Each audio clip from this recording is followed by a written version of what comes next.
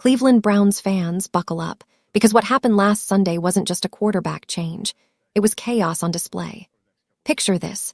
Your starter is healthy, cleared concussion protocol, doing everything right, and suddenly he's yanked mid-drive for no apparent reason. Confusion everywhere. Teammates frozen. Fans on social media losing their minds. And then in walks the rookie, Shedeur Sanders, thrown into the fire without a single meaningful first-team rep all week. No timing routes rehearsed. No protection schemes adjusted. No situational prep. Just sheer instinct and raw talent against a championship-caliber defense. If you thought NFL politics only happened off the field, think again. What unfolded in Cleveland wasn't a coaching experiment. It was something much more calculated, and the implications reach far beyond who's under center. Sources inside the facility are blowing the whistle. They claim this wasn't about evaluating quarterbacks. They insist this was deliberate, a setup designed to protect the authority of the coaching staff while undermining Dillon Gabriel, the franchise's presumed starter. Some say it's organizational warfare, a power struggle playing out in real time, with veterans watching, young players confused, and ownership questioning whether their investment is being sabotaged. And here's the kicker. Everyone inside that building reportedly knew it was coming. This wasn't a snap decision or a reaction to a poor drive. According to multiple insiders, the plan started days before kickoff, during practice week, with Gabriel getting every opportunity to shine while Shedeur was isolated, limited to scout team duties, and deliberately kept away from critical game prep. It's almost like a movie plot, except this is real life, and the stakes are enormous. And yet, Shedeur Sanders didn't fold. Thrust into the spotlight with zero preparation, he had to rely purely on his talent and instincts, improvising when timing routes collapsed and protection schemes faltered. Meanwhile, the coaching staff reportedly watched with arms crossed, offering minimal guidance and no accommodations for his lack of preparation. Predictably, the first drives were rough, but isn't that what you'd expect if someone walked onto the field cold against one of the league's toughest defenses? What makes this story so explosive isn't just Shedeur's performance, it's the transparency of the manipulation. Teammates noticed it immediately. Veteran offensive linemen reportedly furious, receivers confused, running backs struggling to sync up. And Dillon Gabriel, he wasn't just upset about being benched. He realized he was being set up as the scapegoat in a game of politics bigger than football itself. But the drama doesn't stop there. Outside the locker room, ownership allegedly had a hand in this. Ticket sales were dropping. Media buzz was dwindling. Sources suggest Jimmy Haslam made a call that altered the trajectory of the season, forcing a rookie QB into the spotlight while protecting business interests over competitive integrity. And in the middle of all this, the question remains, can Shedeur Sanders rise above the chaos, prove his worth, and silence the doubters? Or is he simply the latest pawn in a high-stakes NFL chess game? If you're enjoying this video and loving the content, don't forget to give us a big thumbs up. It really helps us know what you want to see more of. And why keep all the excitement to yourself? Share this video with your friends, family, or anyone who loves NFL drama. By the end of this video, you'll understand why Cleveland's quarterback situation isn't just a story about who's starting. It's a story about power, politics, and the survival of talent under fire. And trust me, once you see how this all unfolded, you'll never look at a quarterback controversy the same way again. Behind the bright lights of Sunday's game, Cleveland's quarterback situation wasn't just a simple roster decision. It was chaos with a capital C, according to multiple sources inside the facility. What unfolded on the field wasn't about evaluating talent or making a competitive adjustment. It was deliberate, almost surgical in its precision, designed to protect coaching staff authority while publicly undermining Dillon Gabriel, the presumed starter. Imagine being a quarterback, fully healthy, mentally prepared, and doing everything right, and then, mid-possession, the coach calls you to the sideline with no explanation. That's exactly what Gabriel reportedly experienced. No injury, no catastrophic mistake, just confusion, frustration, and the unmistakable feeling that something larger than football was at play. The setup allegedly began days before kickoff.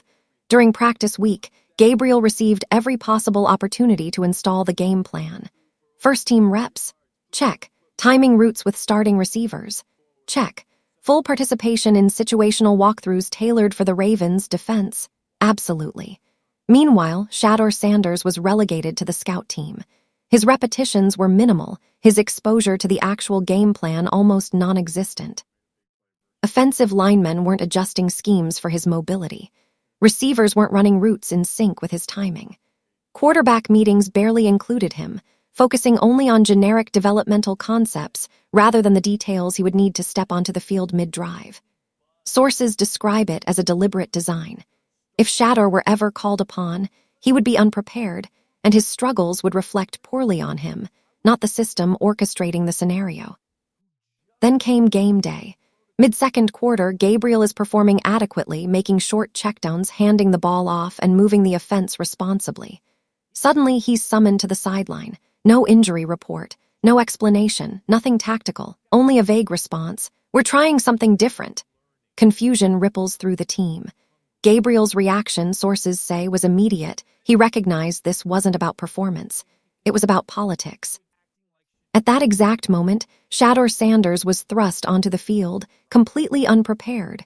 No simplified play calls, no defensive tendency updates, no accommodations for his lack of reps, just raw talent facing a championship-caliber defense.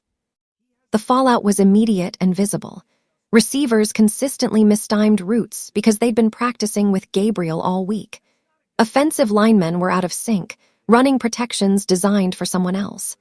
Play calling remained unchanged, offering no support for the sudden quarterback change. Meanwhile, coaching staff body language reportedly conveyed frustration rather than guidance. It was almost as if the entire scene was a carefully orchestrated trial, set to see if Shedeur could succeed under impossible conditions. And if he failed, it would justify continuing Gabriel as the starter while preserving the narrative of coaching competence. And yet, amidst the chaos, a story of resilience was quietly unfolding. Shedeur fought through instinct, improvisation, and raw skill. But the larger picture was undeniable. What the fans saw on the field was only half the story. Behind the scenes, the organization was in open conflict, coaches protecting their authority, ownership questioning their decisions, and players watching political maneuvering override merit. The chaos wasn't limited to a single play. It was the product of days of calculated preparation, or lack thereof, meant to manipulate outcomes and narratives. The story of Cleveland's quarterback chaos doesn't start on game day. It starts a week earlier, in the controlled environment of practice. Sources inside the Browns facility paint a clear picture. Shedeur Sanders wasn't just a rookie getting his first chance. He was systematically kept from the preparation he would desperately need. While Dillon Gabriel received first-team reps, participated in situational walkthroughs, and absorbed the Ravens' defensive schemes, Shedeur's week looked completely different. He ran scout team reps against the first-team defense, practiced generic concepts, and was essentially isolated from the offensive game plan. Timing routes with starting receivers. Never. Linemen adjusting protections for his style. Not a chance. The entire week seemed designed to guarantee he would be unprepared if thrust into action. Insiders describe quarterback meetings that barely included Shedeur, focusing on developmental theory rather than actual game planning. In contrast, Gabriel's preparation was comprehensive. He was installed in every Raven-specific scheme, ran critical timing routes repeatedly, and received full briefings on defensive tendencies. Every step of the week reinforced his readiness and highlighted Shedeur's absence. Offensive assistants reportedly questioned the logic behind such a stark disparity. It wasn't about readiness, one source said. It was about control. They didn't want him to succeed, at least not without first proving a point.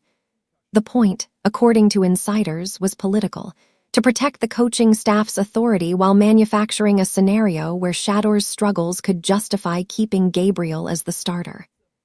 The implications of this week-long preparation, or lack thereof, are massive. Quarterbacks need rhythm, familiarity, and confidence. Routes must be rehearsed, protections drilled, and timing perfected with teammates. Take any part away, and the margin for error shrinks to nearly zero. Yet that's exactly what happened here.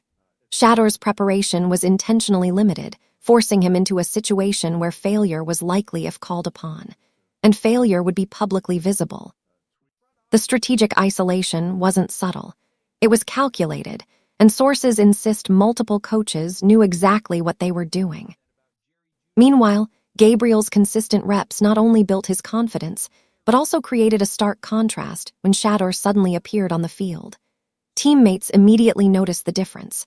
Receivers had to adjust mid-game to a quarterback whose timing they had never practiced.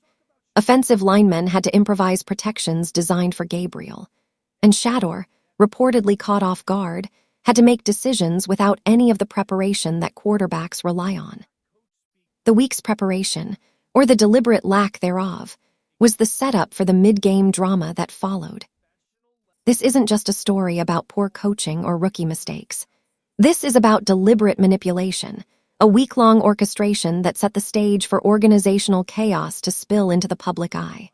It exposed fractures in the locker room, pitted coaching staff against ownership, and put a talented rookie quarterback in the impossible position of performing under extreme pressure without the tools to succeed. And the most shocking part, those inside the building reportedly saw it all unfold in real time, recognizing the deliberate nature of the plan. When Shedeur finally stepped on the field, the consequences of this week-long preparation, or sabotage, became clear. The stage had been set, the trap had been laid, and the drama was only beginning. Then it happened midway through the second quarter, when fans expected a standard drive. The Browns' quarterback narrative exploded live on the field. Dillon Gabriel, healthy, playing competently, and fully installed in the game plan, was suddenly pulled. No injury, no catastrophic mistake, just a cold, abrupt sideline summons. According to multiple sources inside the facility, Gabriel's visible confusion wasn't just speculation, it was genuine. He reportedly asked the coaches directly what was going on, only to receive vague, non-tactical answers. "We're trying something different," they said. That something different was Shedeur Sanders, a rookie with 0 first-team reps, thrust into hostile territory with almost no preparation. If you enjoyed today's breakdown and want to keep up with all the drama, trades, and behind-the-scenes action in the NFL, then don't forget to hit that like button. The scene was chaotic, almost surreal. Shedeur's shock was palpable. He hadn't anticipated playing time at all and suddenly found himself under the bright lights, facing a Ravens defense built to exploit rookie mistakes. No adjustments were made to simplify the offense for him. No situational reminders. No defensive tendencies highlighted. He was expected to perform in a game that he hadn't been fully prepped for, relying purely on instinct, raw talent, and improvisation. Inside the locker room, teammates reportedly recognized the setup immediately. Some veterans were furious. Others were confused about why their coordination and timing suddenly collapsed. The offensive line, receivers, and running backs were all reacting in real time to a quarterback they hadn't practiced with all week. Meanwhile, the coaching staff's body language, according to sources, told the rest of the story. Minimal communication, crossed arms, visible frustration. It was almost as if they were watching a controlled experiment, curious to see whether Shedeur could survive under impossible conditions. Every scramble, every improvised throw, every breakdown in timing was scrutinized not as a symptom of the rushed situation, but as a potential justification for maintaining Gabriel as the starter. And while Shedeur's talent shone in flashes, the game plan had never been adapted to suit him, leaving him to navigate a minefield with no guide. The impact on the team dynamic was immediate. Receivers ran routes that had been rehearsed for Gabriel, creating timing issues. Offensive linemen executed protections tailored for someone else, leaving gaps and forcing Shedeur to make split-second decisions. Running backs struggled to sync with his movements. And the public narrative? Outside the building, the media saw the mistakes, the improvisation, and the struggles, but they didn't see the deliberate lack of preparation that set the stage. To fans watching, it looked like a rookie failing under pressure. Inside, it was widely recognized as something far more calculated. For Dillon Gabriel, the situation was equally devastating. This wasn't a critique of performance. It was a public humiliation designed to shift perception, to create a scapegoat. Sources insist Gabriel realized almost immediately that he had been set up, and that the mid-game substitution wasn't about merit, but about political and organizational control. The moment wasn't just a coaching decision, it was a statement. And for Shedeur, the stakes couldn't have been higher: succeed and prove his worth. Fail, and the narrative could have ended his credibility before it even began. This was more than a substitution. It was a turning point, a dramatic pivot in Cleveland's quarterback saga. And it only set the stage for what would become one of the most scrutinized and controversial rookie performances in recent NFL history. Once Shedeur Sanders hit the field, the drama didn't stop. It evolved. Every play became a reflection not just of talent, but of the tangled web of politics surrounding Cleveland's quarterback room. On the surface, fans saw a rookie struggling to sync with his teammates. Routes mistimed, protection schemes breaking down, timing throws missed. But insiders insist that what looked like poor performance was largely the result of deliberate preparation manipulation. Shedeur wasn't failing because he lacked skill. He was performing under conditions designed to make him fail. The contrast with Dillon Gabriel couldn't have been more stark. Gabriel had received full first-team reps, absorbed the game plan for an entire week, and knew the Ravens' defensive tendencies inside and out. Shedeur, he was learning on the fly, improvising against one of the league's most disciplined defenses. Yet post-game, the coaching staff publicly framed the situation as an evaluation. In interviews, Stefanski emphasized Shedeur's ability to handle pressure, make adjustments, and demonstrate poise, as if these were standard metrics for any quarterback. Behind closed doors, sources say everyone knew the reality. The week had been engineered to create a trial by fire, and Shedeur's struggles were predictable, yet politically useful. Teammates reportedly felt this immediately. Veteran receivers struggled to adjust to Shedeur's timing. Offensive linemen were forced to improvise protections designed for Gabriel, and running backs had to compensate for miscommunications. The optics on the field were messy, but the message off the field was clear. Coaching staff authority was being preserved, while organizational politics played out in front of fans and media. Even minor mistakes were magnified, creating a narrative that could justify continuing Gabriel as the starter, if only public perception bought it. Meanwhile, the ownership layer added another dimension. Ticket sales had reportedly been declining, and insiders claim that this influenced the sudden QB switch. Sources suggest Jimmy Haslam may have nudged the coaching staff, or outright intervened, to insert Shedeur, not because he was the better player, but because he generated hype, attention, and excitement. The political narrative and the on-field performance became inseparable. Every scramble, every improvised throw, and every completion was analyzed not just as football, but as a chess piece in a larger organizational game. And yet, amid all this, Shedeur's talent and composure began to shine. Analysts and insiders noted flashes of brilliance, high-difficulty throws completed under pressure, quick adjustments to blitzes, and an ability to stay calm when everything around him was chaotic. The coaching staff's narrative attempted to frame this as a rookie learning curve, but the reality was far more compelling. Here was a young quarterback, underprepared, facing hostile conditions, and still showing glimpses of the franchise-caliber talent that had scouts and teammates buzzing. Ultimately, this section of the saga shows the collision between performance and politics. The field told one story, the preparation told another, and the organization's messaging tried to thread a delicate line between both. For Shedeur Sanders, navigating this environment required more than arm strength. It demanded focus, resilience, and the mental fortitude to rise above the narrative while proving his value under impossible circumstances. The Browns' quarterback drama didn't exist in a vacuum. Behind the chaos on the field was a layer of business strategy, pressure from ownership, and high-stakes decision-making that few fans could see. According to multiple sources, ticket sales had been dipping, media buzz was waning, and the team needed a spark, not necessarily the spark of better performance, but the spark that would sell tickets, jerseys, and hype. Enter Jimmy Haslam, the owner whose fingerprints insiders claim are all over the quarterback shuffle.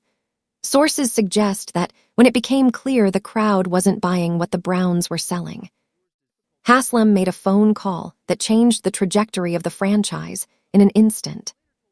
Narrative insiders describe as striking. Dillon Gabriel wasn't benched because of turnovers or poor play. He was healthy, alert, and performing. Yet Shedeur Sanders was inserted into the starting role with minimal preparation against a top-tier defense. Analysts have called this unprecedented. And according to those with inside knowledge, it was Stefanski's decision alone. Haslam reportedly pushed, or even forced, the move, prioritizing the business side of the franchise over football meritocracy. Ticket sales, social media attention, and media coverage suddenly became intertwined with the quarterback decision, creating a high-pressure environment for a rookie thrown into the fire. This kind of pressure isn't theoretical. Sources claim the ownership influence trickled down through the organization. Coaches were reportedly balancing competitive strategy against organizational politics. Front office executives, having invested significant draft capital in Shedeur, now face the reality that their quarterback might be sabotaged by those responsible for developing him. In essence, the football operations and ownership layers were at odds. One focused on talent and development, the other on immediate revenue and hype. And in the middle of all this stood Shedeur, navigating both the blitzes on the field and the pressures off it. The implications of this ownership influence are enormous. Public perception is shaped not only by wins and losses, but by who is playing, how they perform, and what the narrative says. Ticket sales, merchandise, and even local media coverage are directly impacted by these decisions. Insiders suggest that Haslam's hand forced the team's coaching staff to take a calculated risk. Deploy an unprepared rookie to stimulate fan interest, media coverage, and revenue, regardless of whether it was the pure football decision. The risk was enormous, but the potential reward, according to the business-minded perspective, was just as large. Yet, in an ironic twist, this ownership-driven gamble may have saved Shedeur's career. Had Stefanski kept Dillon Gabriel in place, Shedeur might never have received meaningful playing time, delaying his development indefinitely. Instead, he was forced into the spotlight, where his talent became undeniable, his poise under pressure visible, and his potential as a franchise quarterback fully apparent. In this sense, the business pressure that created chaos also accelerated his rise. By the end of the day, it's clear that the Browns' quarterback drama is as much about ownership, revenue, and organizational politics as it is about football skill. The story of Dillon Gabriel being sidelined isn't just a coaching decision. It's a high-stakes, multi-layered saga where business, politics, and talent collide, and the fallout will ripple through the franchise for years. Amid all the chaos, one thing became undeniably clear. Shedeur Sanders is not just a product of hype or his famous last name. Sources inside the Browns organization paint a picture of a quarterback whose resilience under pressure is almost unprecedented for a rookie thrown into such an impossible scenario. Despite zero meaningful first-team reps, a week-long preparation that limited his exposure to the actual game plan, and a hostile Ravens defense, Shedeur didn't fold. Instead, he improvised, made plays with instinct, and demonstrated flashes of the poise and skill that scouts had predicted since his college days. It wasn't just his ability to scramble or extend plays that stood out, it was his mental toughness. Sources say Shedeur has been studying relentlessly behind closed doors, preparing for the moment when opportunity finally knocks. Stefanski even praised him, saying he has the mentality to adjust to the speed of the game and the challenges presented by defensive schemes. This is a young quarterback learning to process complex information quickly while under extreme pressure, and according to insiders, he is thriving. It's one thing to throw accurate passes in practice. It's another to make high-level decisions in real time when the team's entire offense is relying on you, and Shedeur has done it. Resilience, insiders stress, isn't just about physical ability, it's about mindset. Shedeur reportedly stayed ready throughout the week, never sulking about limited reps, never complaining about the political chaos around him, and never letting frustration take over. He focused on what he could control: preparation, study, and execution. When his number was called mid-game, he stepped onto the field and delivered, despite all the obstacles stacked against him. Teammates noticed. Coaches noticed. And for the fans, what looked like improvisation under pressure was actually the product of a player fully committed to mastering his craft, no matter the circumstances. Shedeur's potential, sources say, goes far beyond his first start. He's learning quickly, absorbing coaching insights, and demonstrating leadership in ways that aren't always immediately visible on the stats sheet. And here's the most important part. The adversity he's facing now could accelerate his development. Being thrown into a high-pressure environment, dealing with organizational politics, and navigating a team in turmoil is exactly the kind of real-world experience that shapes a franchise quarterback. Many rookies crumble under less, but Shedeur is reportedly thriving. What makes this story compelling isn't just that Shedeur performed under pressure. It's that he did it with resilience, poise, and a determination to prove that he belongs. Despite the orchestrated sabotage, the business pressures, and the political games around him, he is emerging as the player capable of carrying this franchise forward. If he continues on this trajectory, insiders believe that he won't just survive the chaos, he will redefine what it means to rise above it. In the end, Shedeur Sanders' potential and resilience are the silver lining in Cleveland's storm. He's not just the son of a legend. He's a player carving his own path, battling against the odds, and showing that greatness isn't just about talent. It's about perseverance, preparation, and the ability to thrive when everything around you seems stacked against you. The drama surrounding Cleveland's quarterback room didn't stay on the field. It spilled directly into the locker room and quickly rippled into the media. Inside sources describe an atmosphere thick with tension. Veterans, who had long respected Stefanski's leadership, reportedly began questioning his integrity after witnessing the mid-game substitution. They saw a prepared, competent quarterback pulled for no apparent football reason, replaced by a rookie with almost no preparation. The decision wasn't just confusing, it felt orchestrated.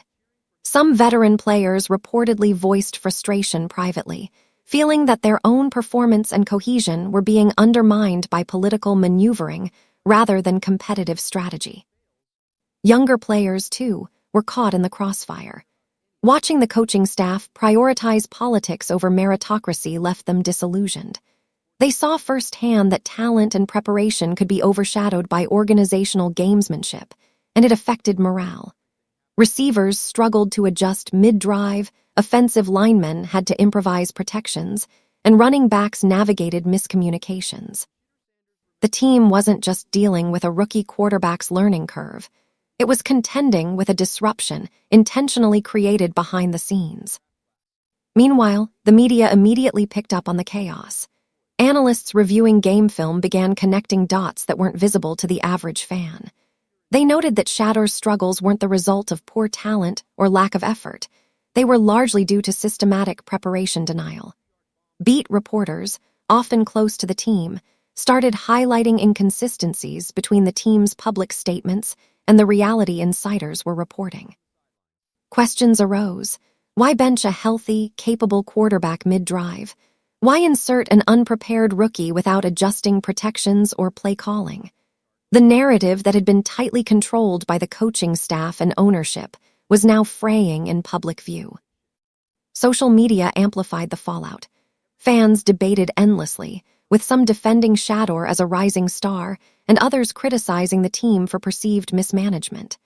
The conversation wasn't just about wins and losses, it was about trust, integrity, and the organizational culture. Insider reports suggested the Sanders camp remained composed, monitoring the situation while weighing options for accountability. At the same time, ownership's involvement in the decision, whether explicit or implicit, fueled speculation about whether the Browns' priorities were competitive success or business optics. The locker room and media fallout also highlighted a broader theme: when politics, business, and football collide. The human cost is significant. Gabriel's confidence, veteran trust, team cohesion, and public perception were all impacted. Even a player as talented as Shedeur was navigating this landscape carefully, aware that each play was scrutinized both on the field and off. And the coaching staff. Sources suggest their credibility took a hit internally, as staff and players realized that strategic decisions were sometimes secondary to protecting authority or appeasing ownership. By the end of the week, the fallout was undeniable. The Browns' quarterback drama had become a case study in how organizational politics can ripple across performance, locker room morale, and media narratives. For Shedeur, it was a crucible. For Dillon Gabriel, a public humiliation. And for the team, a cautionary tale about how quickly internal chaos can spill into every corner of the franchise. One thing was clear. The story was far from over, and everyone inside Cleveland knew the stakes had never been higher. As the dust settled on the mid-game chaos and locker room tension, one question loomed over the Browns' organization. What happens next? The stakes for Shedeur Sanders, Dillon Gabriel, the coaching staff, and ownership have never been higher, and every move from this point forward could define the franchise's future. For Shedeur, it's simple yet enormous: perform. Every snap, every throw, every decision is being watched not just by fans and media, but by an entire organization still grappling with the fallout of internal politics. He has to prove that his talent isn't just flashes of potential. It's franchise-caliber skill, capable of leading the Browns to sustained success. For Dillon Gabriel, the stakes are equally personal. Being pulled mid-drive, healthy and performing, was more than a blow to confidence. It was a public statement about organizational priorities. Gabriel now faces the challenge of staying mentally strong while navigating a scenario that isn't about him on a football level, but about business, hype, and politics. Maintaining composure, continuing to prepare fully, and being ready for any opportunity that arises will be crucial for his future. This situation tests not just skill, but resilience under extraordinary circumstances.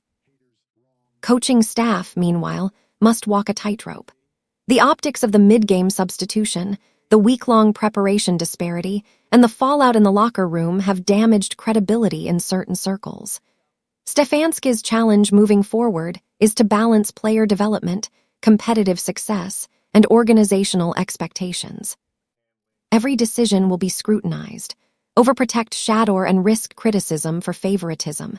Fail to support him and risk both on-field performance and further locker room unrest. The margin for error is razor-thin, and the political pressures from ownership, particularly in light of ticket sales and media scrutiny, only intensify the challenge. Ownership also faces high stakes.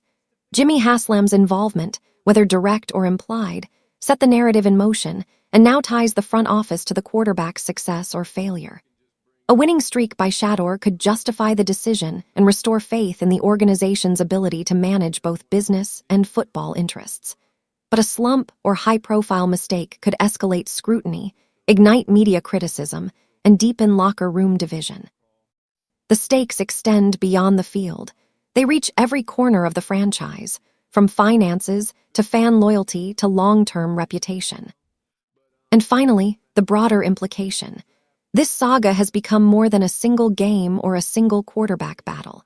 It's a case study in how talent, politics, and business collide in modern football. The story of Shedeur Sanders and Dillon Gabriel highlights the pressure young quarterbacks face when organizational priorities don't align with competitive merit. The way this plays out could influence how teams manage quarterback development, rookie integration, and ownership-coach dynamics in the years to come. For Cleveland, the stakes are clear. Success requires navigating internal chaos, maintaining player morale, and ensuring Shedeur Sanders has the tools to succeed on the field. Failure isn't just losing a game, it's allowing politics, mismanagement, and miscommunication to define a franchise.